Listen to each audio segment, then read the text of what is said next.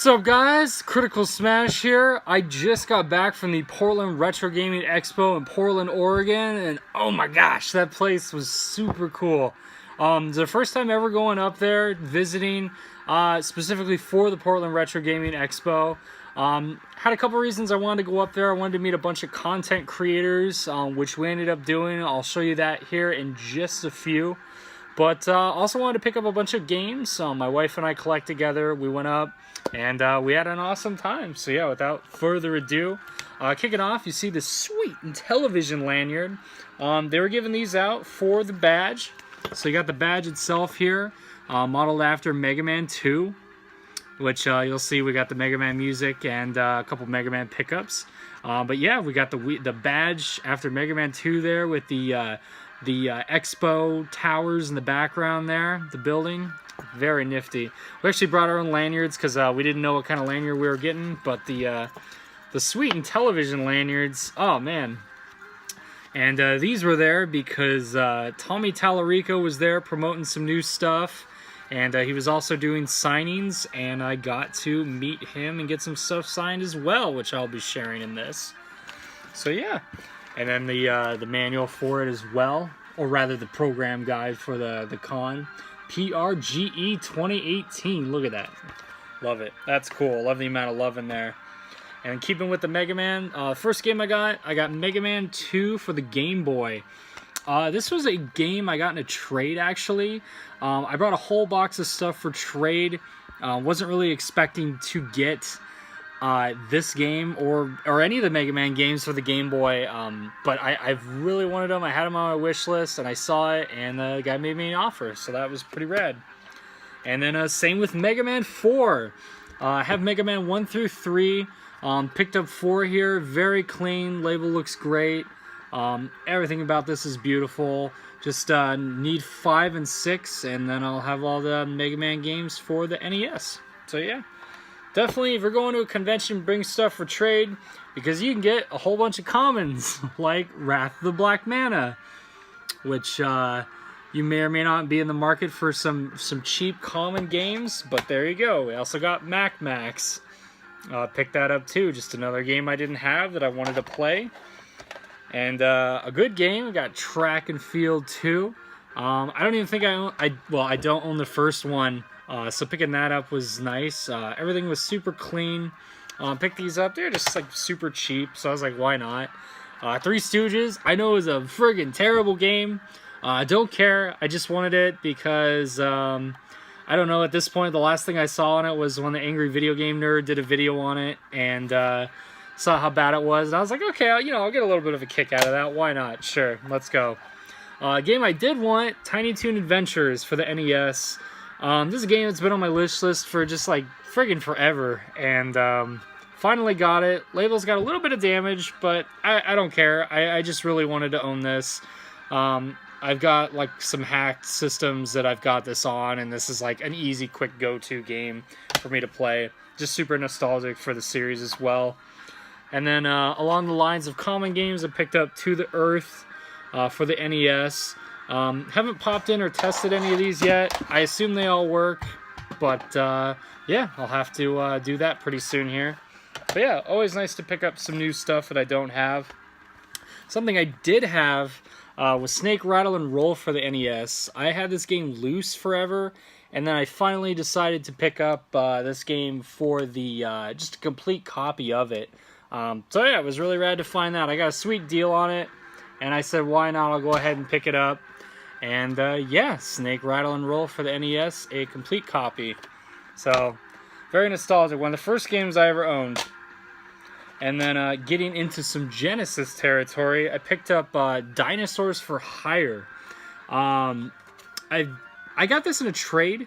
I didn't really know much about it. I just noticed, I know it's kind of an uncommon game. And I know the very little about it, other than like I guess it's like a run and gun shooter. But I don't know. I'm gonna check it out. I wanted to kind of test and play some of these beforehand, but I wanted to make a video. I was way too excited to share some of this stuff. Spider-Man for the Genesis. Also got that. It was super cheap. Might have even got this in a trade. Can't remember. It was one of the Marvel games I didn't own for the Genesis. So I'm definitely going to play that, because those are the games I rented a lot growing up, were the Marvel games. Then we got Miss Pac-Man for the Genesis. This is a game I already owned, actually. I only picked it up because of the box. It actually was box and manual only, which was like $3, which is kind of what this goes for anyway. But I had it loose, completed my copy, so yeah, why not? Sure. And same with Super Street Fighter 2 for the Genesis. Picked it up because I just wanted the box and the manual. Already had it loose, so I threw it in my trade pile. So yeah, there you go. Super Street Fighter 2 for the Genesis. Moving on, I picked up Bubble Bobble featuring Rainbow Islands, and then the new version of like the Rainbow Islands on there. I think this was like $20. But game looks great. Case is a little cracked. Don't really care. I love this game. It's like the arcade versions of Bubble Bobble and Rainbow Islands on here, which we actually played while I was out there. We went to the ground control arcade they have in Portland, and they had Bubble Bobble there. They had a ton of machines. That was a really cool bar. If you're ever out in Portland, downtown Portland, give ground control a try. That was super cool. I got PS2 Harvest Moon Save the Homeland. Harvest Moon game I did not own. Got it in a trade, so I paid nothing for it. Yeah, everything's complete. I did play this one, tried it out, played it for like 20 minutes. Plays great. Bought a Japanese Yoshi Story. Super cheap, complete copy. Even had the plastic cover on it. Just for the art alone. While I was there, I also picked up the manual for the English version, which I'll share here in a few. Actually, you know what? I put all those away. That's fine. No worries. And then we got Bust-A-Move 2 Arcade Edition for the Sega Saturn. Big fan of just the Bust-A-Move and Bubble Bobble series. I saw this. It was like $15 or something. And yeah, had to pick it up. It was like, why not? I love the Sega Saturn. I'd like to pick up more games for it. And yeah, everything about this one is great. Disc is clean. Everything looks fantastic. Love this game. Love the series. I will play the crap out of that. And then randomly I picked up a Wonder Swan just because I wanted a new console. I saw it with a whole bunch of Wonder Swans they had at Pink Gorilla while we were there at the convention. And yeah, got the green Wonder Swan just because I didn't see any games there for it. And I have looked some up, a little more knowledgeable, as Metal Jesus and Kelsey Lewin did do a video on this a while back. So I am looking to pick up some games for this. So in the very near future, I will be doing that. Then next up, we got Donkey Kong Country 2, Diddy's Conquest. Complete copy. I was able to purchase this. Just wanted it because I wanted a complete copy. Box is a little beat up, but didn't really care too much. Prior to this, we only had it loose, so it was just super cool to find this on the show floor and have a box of a game that used to own complete way back in the day. Used to keep all my boxes in like a Mickey Mouse backpack, and then those all got lost. But hey, just rebuilding some of the box collection. So yeah, really cool. Why not? And then we got Earthworm Jim for the Super Nintendo. This is the copy I owned, but I'm showing this because while Tommy Tallarico was there, he signed this copy for me. He signed this one, and he also signed my Sega Saturn version of Earthworm Jim 2. And he wrote the Groovy on both of these, and he signed both of them. So yeah, Tommy was a really nice guy, shook his hand, took some photos with him, and yeah, it was awesome to meet him. You know, he was there repping as the new president of Intellivision. And yeah, big fan of the Earthworm Jim music. Growing up, used to hum it all the time. Just one of my favorite soundtracks of the Super Nintendo, PS1, Saturn, all the versions of it. It's all phenomenal. And on the show floor, I bought an Earthworm Jim lunchbox. Yeah! So this came out, I guess, fairly recently. Never saw it in the wild, didn't have it, and I picked it up because I had to. Big Earthworm Jim fan. So yeah, there you go. Got the lunchbox there. And then a game I did for Trade for Trade. I traded a Genesis game for Monster Hunter Freedom Unite for the PSP. Got, I believe, most of the other Monster Hunter games for the PSP. These games are a lot harder if you're playing like Monster Hunter World now. If you go back and play something like this, this game will whoop you pretty well. This game is tough. Like, just the amount of weapons that you have to create in order to the like difficulty scaling for this game, it's pretty wild. So yeah, might be a little hard for newcomers nowadays to get into, but like if you want to try Monster Hunter, like this is some old school Monster Hunter, and this will, yeah, it's fun. It's really good, very satisfying. Also in a trade, I got Ratchet and Clank Size Matters for the PSP Greatest Hits version. Did not have this one, but had a couple of the other ones. Speaking of which, moving into it, we got the Daxter and Secret Agent Clank 2-pack for the PSP. I had Daxter by itself. I did not have like the 2-pack version of this. So I got that in a trade for some Genesis games. So I'm like, yeah, why not? You know, throw the extra Daxter in the trade pile. Why not? I'll play that. Really fun platformer games. Really easy to play on the go. And then from the same person, I was able to get Persona, Shin Megami Tensei Persona for the PSP. For the games that I traded for this, I feel like I got a really good deal. Everything is in there. Super fun game. If you never played Persona, playing through Persona 5 recently, and it's just a really fun romp. I mean, it's the music's great, the characters are cool, the enemies are fun. It's like I don't know, it's devilish Pokemon more or less. Like you raise up your monsters and they fight for you. Off the cuff, we have back to Monster Hunter. We got a Mufa plush. If you've played Monster Hunter Generations, they introduced the Mufa characters. They're like little lambs, alpacas that go around in your farm on top of like the palicos that are there. And yeah, you got a little Mufa that you can put in like a costume. So they had this plush, as my wife likes to cosplay the Meowstress from the series, and I cosplay Monster Hunter as well. So picked this up for a few bucks just because we saw it. Asked the guy how much it was. He had no idea. I threw him an offer, and yeah, he threw that in. So that's pretty rad. All about memorabilia. It's always fun. And then on our way out of the show on Sunday, I picked up a few magazines, a couple of Nintendo Powers actually, and starting with the Ken Griffey Jr. one. Honestly, what I was doing is I was going through, I was flipping through, I was like, oh man, I want to know what posters are in these, like some of the older ones. So the Ken Griffey one has Quest 64 in it, and I got that because this is like a game that my wife had growing up, and she played a lot of it. Terrible game. She knows that. I know it, but I had to get it just because nostalgia's sake. And then it's got like a big old insert on Pokemon in there when it first came out, and that's always really fun to read.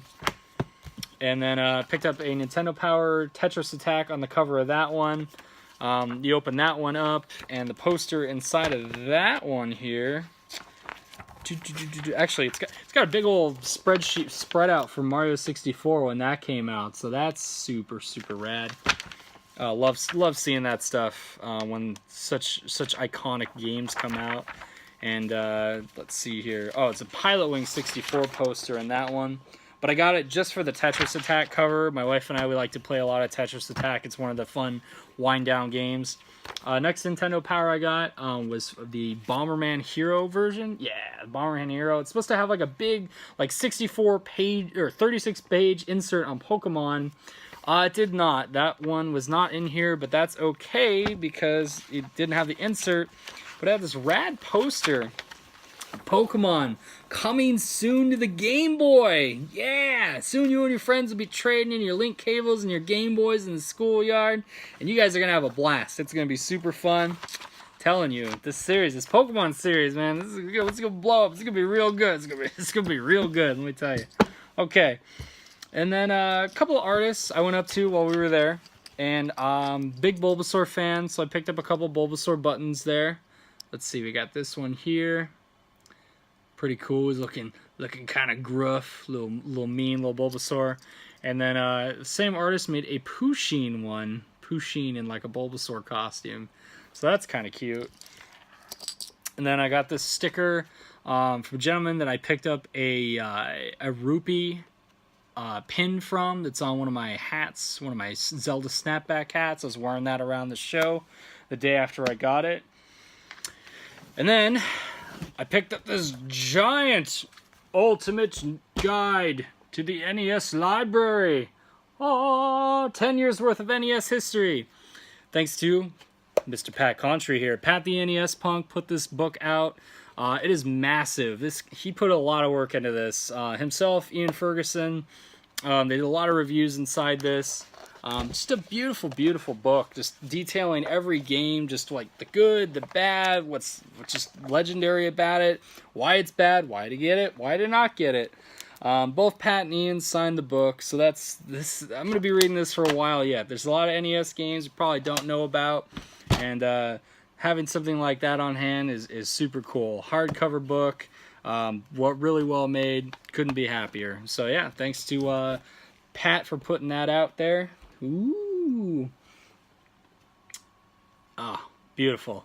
Love it, love it, love it. Yeah. All right. And then last but not least, so one of the main reasons we went out there, we wanted to meet a bunch of the content creators that we're big fans of. So we brought this NES poster. We got a few of them here. And we had everyone sign it that we found. So we got like Peanut Butter Gamer, Space Hamster, Pro Jared, Metal Jesus, Drunken Master Paul, Kelsey Lewin, Kinzilla. We've got Pat the NES Punk. We've got Ian Ferguson of the CU Podcast. And yeah, just freaking everyone signed this thing. It's beautiful. So I'm gonna get this put up. I'm gonna get this framed. And yeah, just working a job where I can listen to a lot of content creators on the daily and listen to podcasts and watch a lot of YouTube videos. It's just, it's really cool. You know, it's inspiring kind of to make videos like this. So I made this, and yeah, thank you guys for everything you do. Try to give everyone a little something just to kind of give back and say thank you. But yeah, really happy to have those signatures from some of the coolest people in the industry and collecting video games. I mean, Immortal John Hancock's in here too. We got John Riggs, Radical Reggie, just friggin' awesome people. Cool video game collectors. Super, super rad. So, very grateful. Had an amazing time. Would definitely go back. Don't know if I'm going to go back next year. We'll see. Leaning towards yes, I think. But just too much cool stuff, man. Just like people willing to trade with you. Bring enough money, definitely, if you go. I would say it definitely paid off for us. We're able to get a lot of really cool stuff. So yeah, guys, thanks for checking this out. And we'll have a new video out very soon. Appreciate it if you could like, comment, and subscribe. That would be super helpful for the channel. Just getting up and going, trying to build the channel. And yeah, would be very grateful. Thank you guys. Take care. Bye-bye.